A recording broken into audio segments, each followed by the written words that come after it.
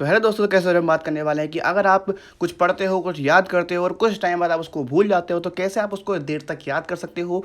आप अपना फोकस कैसे इंक्रीज कर सकते हो? तो पहली चीज़, ये चीज़ प्रैक्टिस के साथ सीखी जाती है। तो आप जब जब प्रैक्टिस करते जाओगे तो अपने आप आपका फोकस बढ़ता जाएगा। तो आपको करना क्या है? पहली चीज़ बात करते हैं प्रैक्टिस एक्टिव लर्निंग। अब एक्टिव लर्निंग का मतलब क्या है कि आप जो भी चीज़ पढ़ रहे हो उसके अंदर एक्टिव रहो। फॉर एग्जाम्पल, आप कुछ चीज़ याद कर रहे हो तो उसके नोट्स बनाओ, क्योंकि जब आप नोट्स बनाते हो तो आप उसमें थोड़े एक्टिव हो जाते हो, आप लिखने लगते हो, उसको समझने लगते हो। तो जब आप उस चीज़ में एक्टिव होते हो तो आपको वो चीज़ देर तक के लिए याद होती है, आपका फोकस भी बढ़ता है। आप किसी एक काम को बार बार करते जाओ तो आप थोड़ी देर बाद बोर हो जाओगे। जब आप उसको उसमें कुछ नया ऐड कर दोगे, लाइक लिखोगे उसको, उसके नोट्स बनाओगे, उसमें कुछ ढूंढना स्टार्ट करोगे, आपको एक इंटरेस्ट आएगा, आपको उसमें मज़ा भी आएगा। तो नोट्स बनाने की कोशिश करो, उसमें लिख लिख के आप समझने की कोशिश करो। उसके बाद इसी में करना है आपको, क्वेश्चंस पूछने हैं, उसको समराइज़ करना है। तो जो भी आप पढ़ रहे हो उससे उससे रिलेटेड क्वेश्चंस पूछो। जो क्वेश्चंस आपके माइंड में आते हैं अपने टीचर से पूछो। और जो भी आपके, अगर आपके पास टीचर नहीं है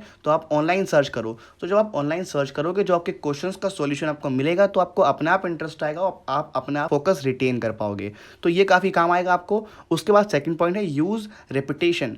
आप जितना हो सके एक ही चीज़ को उतनी बार पढ़ने की कोशिश करो, मतलब रीड करो। जब आप बार बार उस चीज़ को रीड करोगे, अपने नोट्स को रीड करोगे, या यूट्यूब पे कोई लेक्चर उसको बार बार देखोगे, एक बार, दो बार, तीन बार, तो आपके मेमोरी में वो चीज़ बैठ जाएगी और आपका फोकस भी इंक्रीज हो जाएगा। हो सकता है कि पहली बार में आप फोकस ना कर पाओ, पहली बार में आपको वो चीज़ समझ में ना आए, लेकिन जब आप दो तीन बार कर लोगे तो आपको वो चीज़ समझ में आ जाएगी। और एक टाइम ऐसा आएगा कि आप एक ही बार में देखोगे तो आपको समझ में आ जाएगी। ये चीज़ आपको टाइम के साथ समझ में आएगी, टाइम के साथ आपका फोकस भी इंक्रीज हो जाएगा। थर्ड पॉइंट है आपका मेक कनेक्शंस। आपको कनेक्शंस बनाने हैं। आप कुछ भी पढ़ रहे हो, साइंस पढ़ रहे हो, सोशल साइंस पढ़ रहे हो, तो उसमें कनेक्शन बनाने की कोशिश करो। फॉर एग्जाम्पल, आप कोई भी एक इवेंट पढ़ रहे हो, कोई भी आपने मूवमेंट पढ़ा है सोशल साइंस के अंदर, तो उसके कनेक्शंस ढूंढो कि कैसे, कब हुआ, किस डेट को क्या हुआ, कौन से किंग थे उस टाइम पर।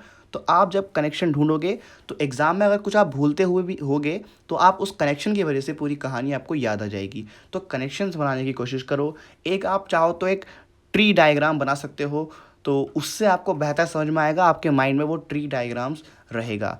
उसके बाद है फोर्थ पॉइंट है यूज़ नेमोनिक्स डिवाइस। आपको जो नेमोनिक्स डिवाइस होती हैं, जैसे रिदम्स होते हैं, विजुअल एड्स होते हैं और डायग्राम्स होते हैं, उनके थ्रू समझने की कोशिश करो।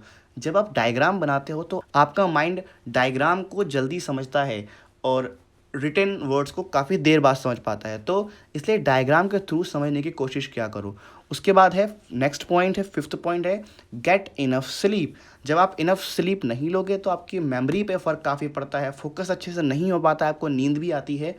तो इसलिए स्लीप पे ध्यान देना काफ़ी ज़रूरी है, ताकि आप इनफ स्लीप ले सको और आपका ब्रेन हेल्दी रहे। और ब्रेन हेल्दी रहेगा तो फोकस भी अच्छा हो पाएगा। उसके बाद आपकी बात करते हैं सिक्स पॉइंट की, अवॉइड डिस्ट्रैक्शंस। जितना हो सके सोशल मीडिया अवॉइड करो, अपने फ़ोन में नोटिफिकेशंस को ऑफ कर दो और पढ़ते हुए टीवी या फ़ोन कम यूज़ करो। डिस्ट्रैक्शन फ्री एनवायरनमेंट में स्टडी करो, तभी आपका फोकस अच्छे से रिटेन हो पाएगा। काफ़ी बच्चे ऐसा करते हैं कि वो फ़ोन यूज़ करते करते या गाने सुनते हुए पढ़ते हैं। उससे क्या होता है कि उनका फोकस डिवाइड हो जाता है, कभी वो लिरिक्स पे ध्यान देते हैं, कभी फिर वो पढ़ाई करते हैं। तो ऐसे फोकस रिटेन नहीं होता है और इससे आपकी हैबिट भी ख़राब हो जाएगी, आपको आगे काफ़ी प्रॉब्लम आएगी। आप बिना सॉन्ग सुने आपको फोकस बनेगा ही नहीं और आप अच्छे से पढ़ भी नहीं पाओगे। ठीक है, तो अवॉइड करो, फ़ोन आपके पास रहे और आप फ़ोन चलाते हुए स्टडी मत करो। उसके बाद है सेवन पॉइंट, प्रैक्टिस माइंडफुलनेस। आपको प्रैक्टिस करनी है माइंडफुलनेस की, मतलब अपने थॉट्स को आपको अपने माइंड से निकालना है।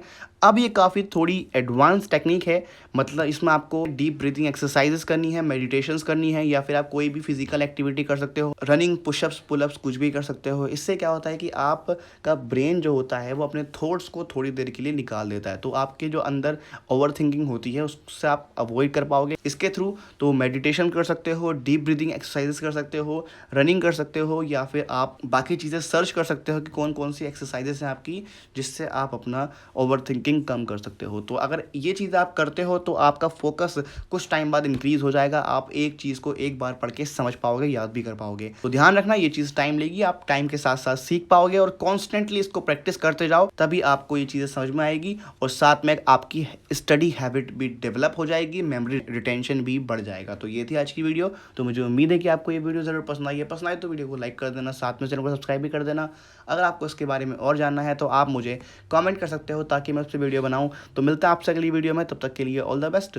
Thanks for the watching and piece.